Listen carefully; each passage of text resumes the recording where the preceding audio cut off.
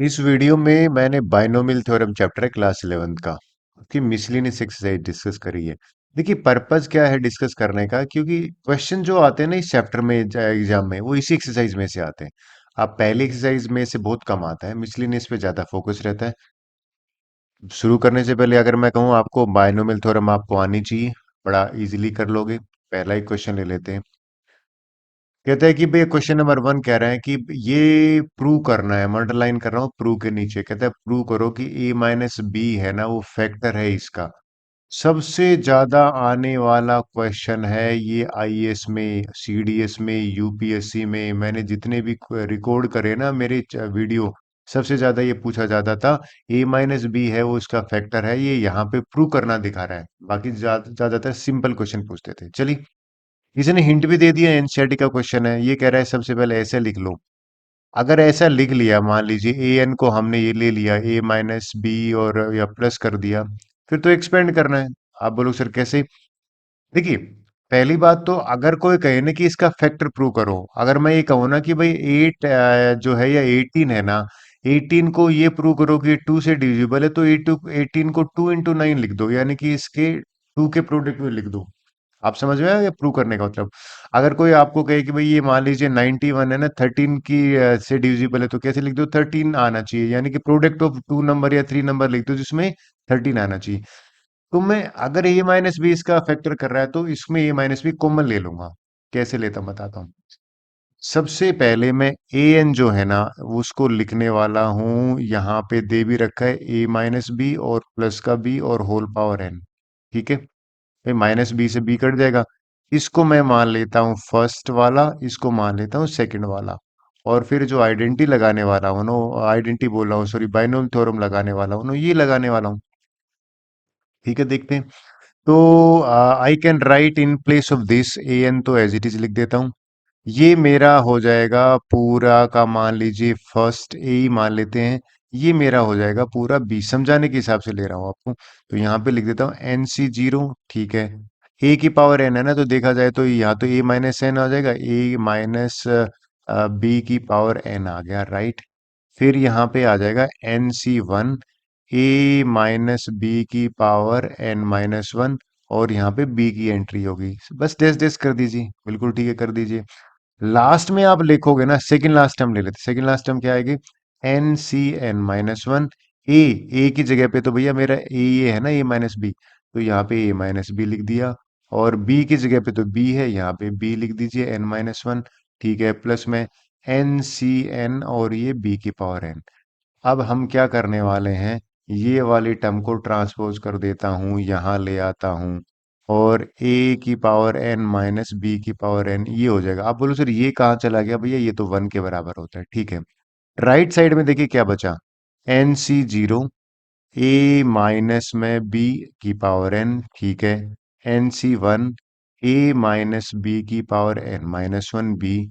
और अगर मैं लिखूँ लास्ट टर्म ये बच गई n C N minus one, a minus b और यहाँ पे बी की पावर एन माइनस वन। आपने अगर ध्यान दिया हो तो ये ए माइनस बी हर एक टर्म में प्रेजेंट है।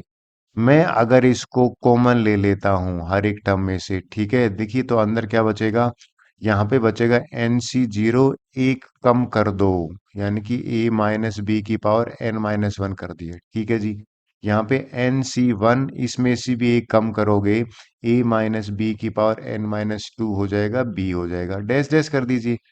और ये अगर बाहर चली जाएगी तो N C N minus one और बी की पावर एन माइनस वन बचा। अब आप नोट करिए, हमें प्रूव क्या करना था? हमें प्रूव करना था कि A N minus B N है ना, वो ए माइनस बी से डिविजिबल है। तो साफ साफ देखिए दोनों का प्रोडक्ट है, देर फोर ये प्रूव हो गया। Therefore a minus b a mine is divisible by, सीधा लिख दो is divisible by a minus b, इतना लिखना है बस, दैट्स ऑल। होप सो आपको क्लियर है, समझ में आया होगा। सेकंड क्वेश्चन करते, क्या कह रहे हैं देखिए, बहुत बार आता है क्वेश्चन, 11th के एनुअल पेपर में था ये। इनको सिंप्लीफाई करना है, मेरा मानना है बाइनोमियल से अलग अलग अगर आप करोगे तो चीजें कट जाएंगी, लेकिन इसको समझाने के लिए ना मैं अक्सर कहता हूं बच्चों को एक्स और वाई ले लो। क्या कर रहा हूं मैं, देखिए पहले मैं इसको ले लेता हूं एक्स, इसको ले लेता हूं वाई, और सेम एक्स माइनस वाई अलग अलग बाइनोमियल लगा देता हूं। पहले इस ब्रैकेट को सोल्व करता हूं।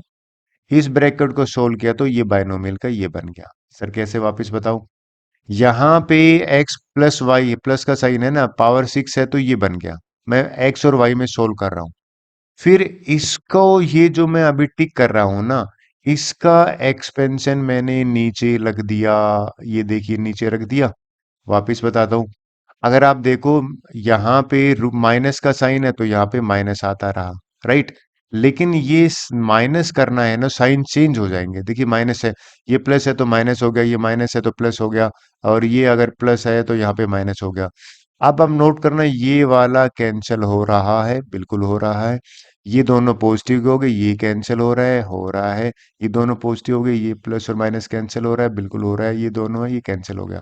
ये कैंसिल होने के बाद मेरे पास जो बचा ना, वो इस तरह का बचा। देखिए क्या बचा है। ये बचा है 6C1 टू टाइम्स आ गया, बिल्कुल देखिए ये टू टाइम्स हो गया भाई। ये सिंगल ऊपर है नीचे है। यहां से भी ये टू टाइम्स आ गया, बिल्कुल ठीक है। और यहां से भी ये टू टाइम्स आ गया। इसको सोल्व कर लेते हैं बस, ज्यादा से ज्यादा इसको सोल्व करेंगे तो बता देता हूँ। ये अभी आसान हो गया आपके लिए, क्या है समझाता हूँ। देखो 6C1 6 होता है, X5 ये एज इट इज लिख दिया। 6C3 20 होता है, ये XY एज इट इज लिख दिया। ये 6 होता है। ज्यादा से ज्यादा इनको सिंप्लीफाई। अब ये जो आंसर आ रहा है ना, यहाँ पे मैं पुट करूंगा, क्या करूंगा, put x is equal to √3 और y is equal to √2। Easy हो जाएगा। जहां जहां x था मैंने √3 पुट करा, y की जगह पे √2। √3 पुट करा, √2 पुट करा, यहाँ पे √3 पुट करा, ये √2 पुट करा। √5 को मल्टीप्लाई करेंगे तो ऑब्वियसली 9 आएगा। एक एक्स्ट्रा बचेगा 3। तो एक √3 और एक ये √2 6 बन गया।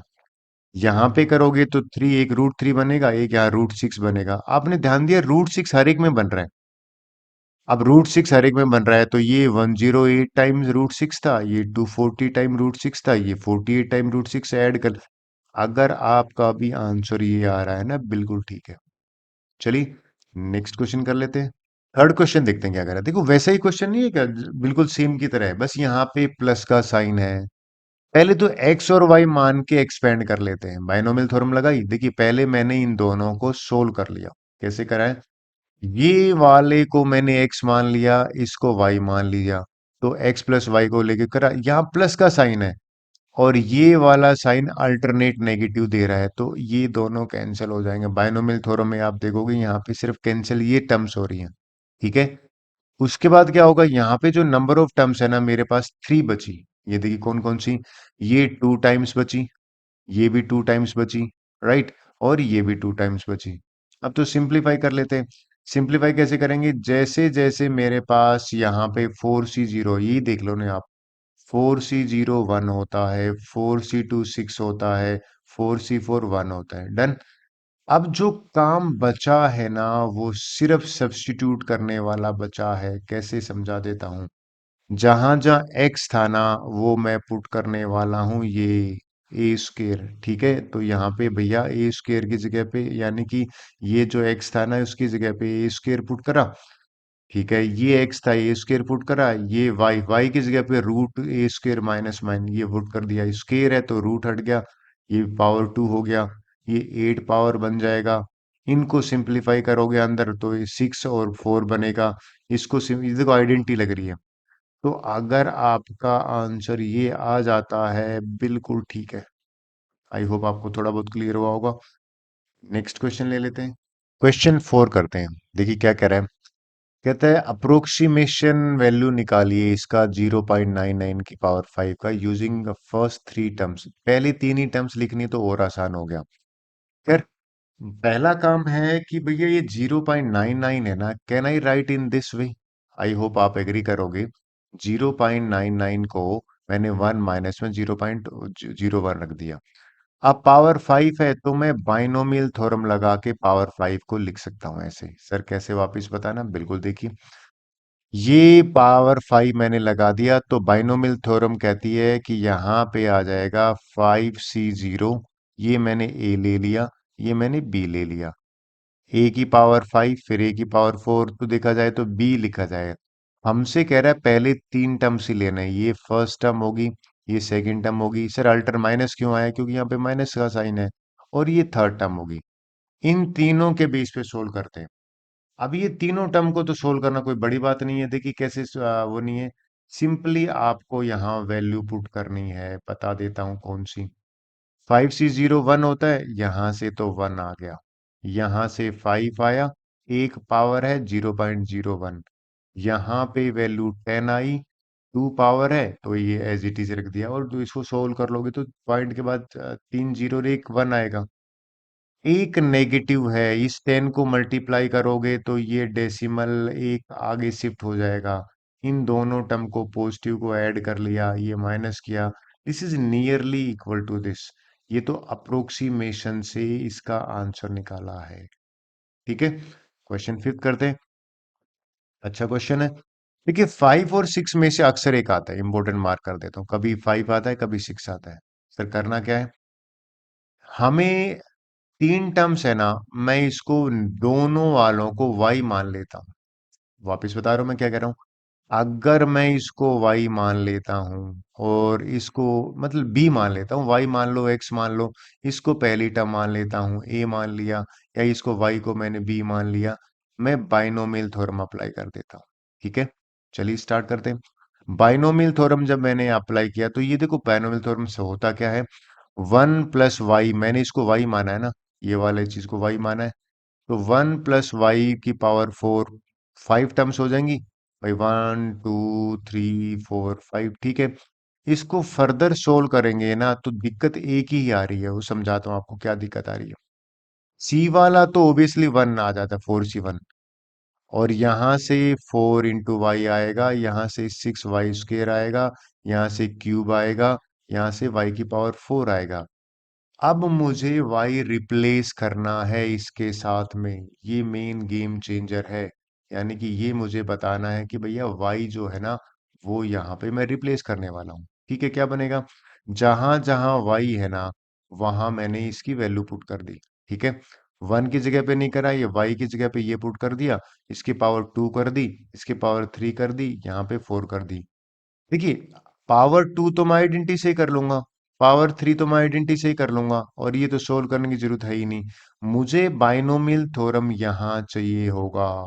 ठीक है, अब मैं यहाँ पे अगर बाइनोमियल थ्योरम यूज करता हूँ, थोड़ा सा लेंथी बनता है, समझाता हूँ कैसे। ये लेंथी इस तरह से बना कि पहले वाले में तो 4 × x/2 करा, 4 × 2 कर, 6 के ये इसको पावर 2 ओपन कर दिया, इसकी पावर ओपन 3 कर दी। ये चार वाले में मैंने बाइनोमियल थ्योरम अप्लाई करा। 5 टर्म आएंगे ना, तो देखिए 1 2 3 4 5। डन, सोल्व करते हैं। इस 6 को मैं अंदर मल्टीप्लाई करूंगा ना, तो ये हर एक के साथ जाएगा, तो तीनों ब्लैक टर्म देखिए ये बन जाएंगी। अगर मैं 4 को अंदर मल्टीप्लाई करता हूं तो ये नहीं, जितने रेड टर्म है ये कहाँ से आ गया, ये वाला टर्म्स मुझे दे दी। अब ये देखिए 4C0, अगर आपने 1 होता है लेकिन इसकी पावर 4 है, यहाँ पे 16 आएगा। इसको सिंप्लीफाई करने पे ये आ गया। अब बच्चे कहते हैं सर यहां तक ठीक है, मैं कहता हूँ भाई फर्दर सोल्व कर दो ना, लाइक टर्म इकट्ठा लिख लो, छोटा पावर ले लेते हैं सबसे। देखिए 16/x सबसे छोटा पावर कौन सा ये, अगर आप देखो 24 के नीचे x है, बिल्कुल है। और यहाँ पे 8 के नीचे x है, तो यहाँ पे प्लस का 16/16 आ गया। एक्स स्क्र की टर्म ये है एक, एक्स स्क्र की टर्म ये है एक, ये एक्स स्क्र ऊपर है तो ये वाले एक्स स्क्र ऊपर वाला ये आ गया। एक्स स्क्र नीचे वाली एक टर्म ये है, एक टर्म ये है। इनको सोल्व करा तो अगर आपका आंसर यहां तक आ रहा है, बिल्कुल ठीक आंसर है। डन, चलिए इस एक्सरसाइज का लास्ट क्वेश्चन करते हैं। सेम क्वेश्चन है, देखिए बस थोड़ा सा चेंज है। आगे तीन टर्म दे रखी है, पावर 3 है, मैं इसको ए मान लेता हूं और इसको बी मान लेता हूं। इतना करने के बाद में क्या करता हूं, what I am going to do, इसको बाइनोमियल थ्योरम अप्लाई कर देता हूं। वापस बता दो मैंने क्या करा। अगर मैं इस पूरे को y मान लिया, ठीक है, और इसको थोड़ी दूसरी टर्म माने 3y², या आइडेंटिटी खोल लो या बाइनोमियल, एक ही बात होती है। यहाँ पे मैंने बाइनोमियल लगाया, first term, second term, third term, fourth term. चलो सोल्व कर लेते हैं। जब इसको सोल्व करा तो आप भी एग्री करोगे, इसमें क्या आ जाएगा देखिए। 3C01 होता है y⁻³ यानी कि ये मैंने y माना था, पावर 3 इसको ओपन कर लेंगे। यहाँ पे y⁻² है तो इसको पावर 2 ओपन करना पड़ेगा। यहाँ y⁻1 है, ये 1 ओपन करना पड़ेगा। यहाँ पे एज इट इज ये देखिए मल्टीप्लाई हो जाएगा। इस क्यूब का ये जो ब्रैकेट है ना, इसमें मैंने क्यूब ओपन करा है। इस पूरे ब्रैकेट में, इस पूरे ब्रैकेट में मैंने स्क्वायर को ओपन करा है। इस पूरे ब्रैकेट में यानी कि इसको सोल्व करा है।